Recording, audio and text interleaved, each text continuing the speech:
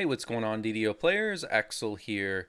So in this video, I'm going to give my thoughts on the Pale Master tree, just like I did in my previous video for the Archmage tree. This is not intended to be a guide, it's just me talking about my experiences with the tree after revisiting this on a character that was, I had abandoned years ago on an alt character, and then I recently decided to revive him and level him up to 30. So just my thoughts on the Pale Master tree. So we're going to go through each of the enhancements in the tree one by one.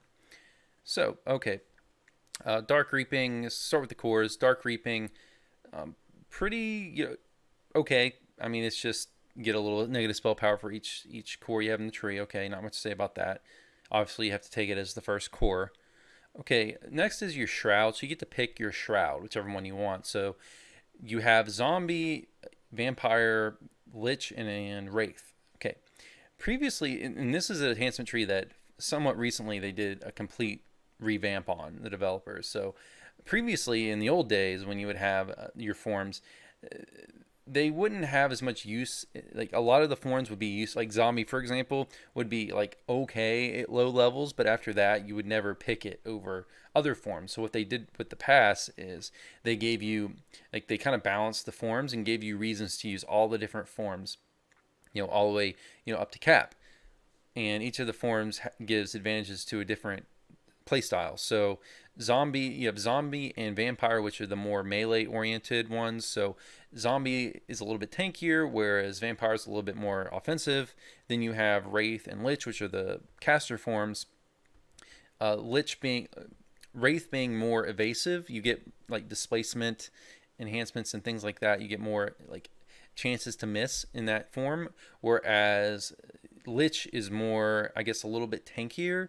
I ended up going with Wraith because I just felt like I didn't have a lot of other ways. Like, this is a character that it's an alt I resurrected. He doesn't have like any gear at all, so I really could use the extra displacement and bonuses and stuff on this character because I didn't have a lot of gear. So I went with Wraith, but depending on the gear I have, like I probably would have gone with Lich if I had more gear. So it depends probably on which of these you need the most if you're going to run a caster. But I think on a caster you're pretty much going to be choosing between Wraith or Lich. And I know one thing I guess I should mention is I know Zombie had been in the past before they made the nerf to it, really popular with like thrower builds and stuff, but I don't think that was ever the intention with Zombie. I think that was just like a loophole, like because there's a penalty to your attack speed that wasn't applying to range weapons pre-nerf. So I think with Zombie it was always intended to be a melee form. Something happened that the developers didn't intend, and people ended up using it to great effect with throwers. That's just my opinion and theory there of what happened. But in any case, let's move on. Okay, next core. Obviously, you want to take this +2 necro. Wait, actually, no. This is the multi-selector, I believe. Yeah. These are all multi-selectors, so you can pretty much choose from a big list of what enhancements you want for these cores. So I went with Necromancy is a necro wizard mostly. As of right now, he's a necro wizard. That's focused on instant death spells and such. But I did use him as an enchantment wizard before that, and I kind of swapped like halfway through leveling the guy. So I went with Incorporeal Mischance and enchantment DCs because I still wanted a decent DC with enchantment because it was his secondary school still, even though I had kind of dropped it as the primary. I started out with enchantment primary, necro secondary, and I kind of swapped those as I went through. The core, which is basically a better version of Death Aura. So you have Lesser Death Aura, and Greater Death Aura, and they function with negative energy very similar to how in Cleric, like your Radiant Servant Aura does, except that's positive energy.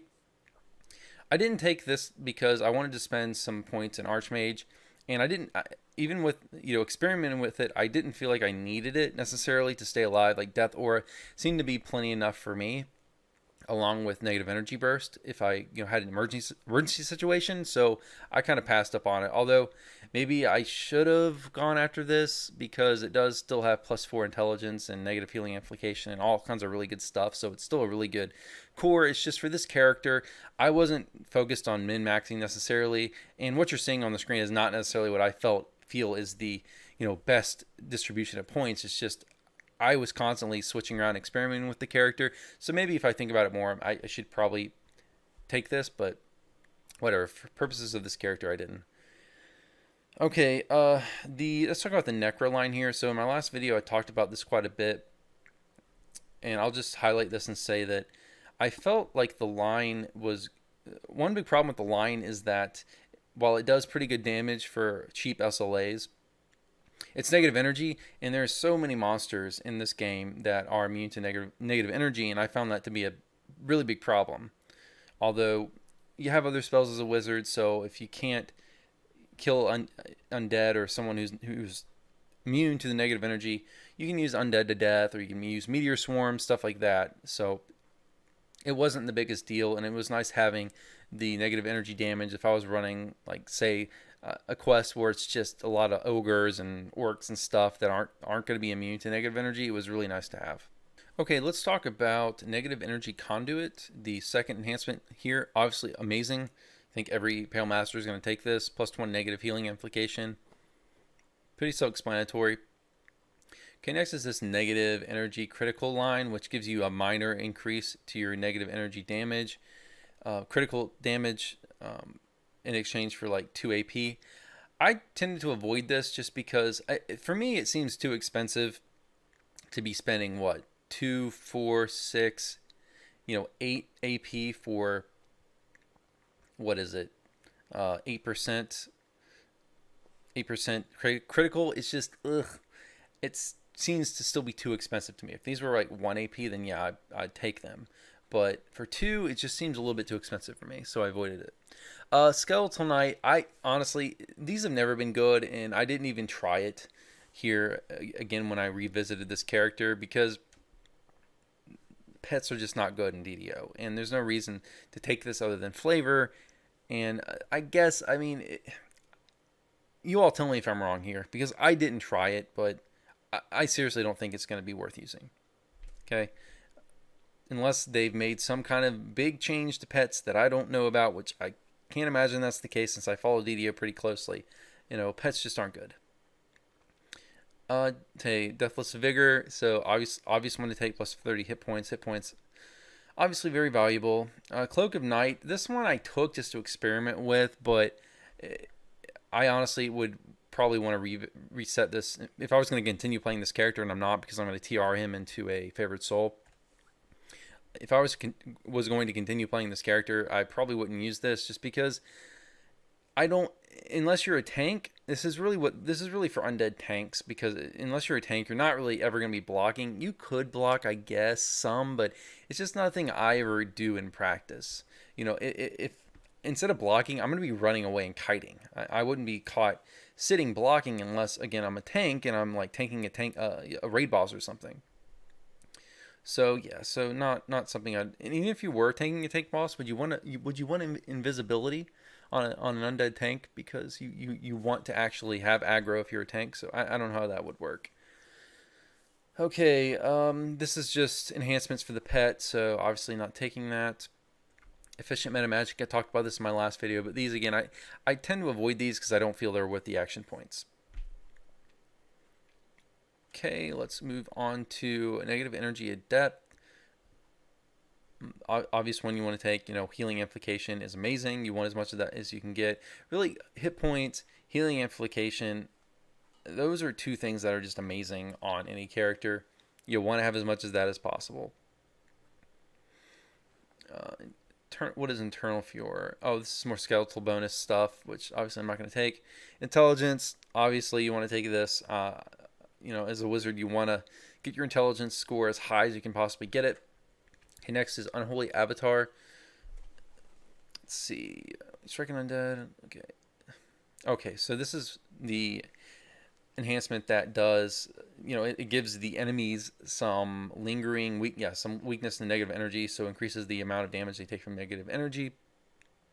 And I believe, now that I'm actually reading this, okay, it is spell. I was thinking this might have been melee. Okay, I might have been wasting my AP this whole time.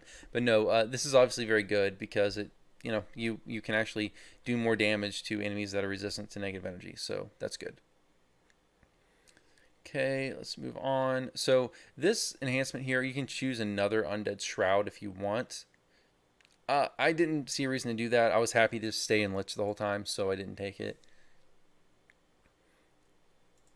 I don't know why you would want to really take this because it's actually kind of it costs a lot of spell points to actually activate. And usually, if you're going to be picking a form, you're going to be making your build around that form. So I'm not sure exactly why you would want to take two forms. I mean, maybe if you want to switch between like vampire and zombie for some reason, if you're a melee, but I don't know. You all tell me if there's something I don't know. Again, I'm not really intending this video to be a guide, so if there's something I don't know or I'm missing, let me know. All right, tier 5, which I'm going to be honest with, I didn't really mess around with much. Okay, animate ally. This is just, for me, this is like just a troll spell. Like, it reanimates an ally as a zombie, and I've had people cast this on me before if I died. Like, I remember not too long ago I was running the Shroud, and a wizard cast this on me. But it's like, in DDO, why would you want to use this practically? Because you can always just raise. It's better to just use a raise undead spell or a green steel raise undead clicky or a raise undead scroll, which pretty much really every single class can raise in some form. So why would you want to use this? There's just no reason to use it. It's a fun thing, but it's just a troll. It's something you use to troll or to grief or just to mess around with friends. Okay, next, Necro Focus, so +1 to your DCs of Necro. Obviously, you want to take that. Okay, Bad Form. This is an enhancement that reduces basically. It can make you turn into a bat and reduces you get invisibility, incorporality, and reduced damage, and 50% reduced damage. I didn't play around with this. Maybe I should have, but I don't know why I did play around with it. I just didn't get around to it. But I would like to see the animation, but if you were to take tier 5, you probably should take this. Because obviously it's awesome to get 50% less damage. And I think this is a trigger. Let's see. Yeah, it's a spell form, bat form spell. Another thing about it, I wonder if this kicks you out of your other forms. I guess it does. So this is an additional form. Okay. Yeah, maybe I should have researched this one more. Yeah, I probably should have tried this one out. So you know what? I'm going to say no comment. Since I didn't use it, no comment. Okay. Move on to Ascendant Shroud.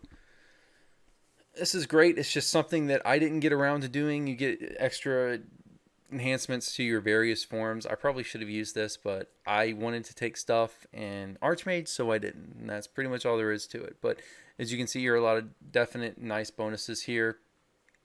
I think for me, I didn't take this because I was in Wraith form, and I didn't feel like it was really worth the 2 points just for plus 5% incorporality, dodge, which I don't think I needed because I think I was already at, I already had a lot of dodge. Although plus 3 is something, but I already had a lot of dodge. I didn't feel like it was worth it for that. So for me, it probably wasn't worth it. I think it's better if you're in, say, like, let's see, Lich form's obviously a lot better. You get plus 15 MRR cap and plus 10 negative spell power, plus the cold resistance, not really that great, but you get 5% less cost in your spells, so that's good. And it's obviously really good on on zombie. Look, you get an additional plus 30 melee power and plus 10 physical resistance, and your attack deal plus 10% more damage. So it's amazing for zombie. It's just kind of meh for Wraith, and since I was running in Wraith, I didn't take it. But if you're running in some of these other forms, you for sure want to take it. So yeah, guys, I think that's gonna be it for this video. So all in all, Pale Master is a great tree. It's really the tree that makes Wizard worth playing for me, because I think the reason I like Wizard so much is I'm kind of addicted to classes that have passive healing, which is like Cleric and Wizard, and those are the two I've tended to play, and I kind of get annoyed when I don't have access to that in a class. So I think that's why I do enjoy Wizard quite a bit, and why this character going forward, the plan is from now on to keep my my main at 30 just to run in-game stuff and raids, and then to keep TRing this character. So I'm going to TR this character into a favorite soul just because I haven't played that class in a long time, just to experience that. I still haven't experienced the newer favorite soul healing tree, so I'm going to test that out. Although it's going to be a caster favorite soul primarily. But yeah, I'll probably get back to Wizard at some point. I think I want this character at the end of the day. Whenever his final life ends up being, if I get there, probably want him to be a insta kill Wizard, I think. So Yeah, guys, that's going to be it for this video. Let me know what you think. Anything you want to correct me on or comment on, please let me know. But that's going to be it for this video. Hope you enjoyed. Have a good one. I'll see you next time. Take care.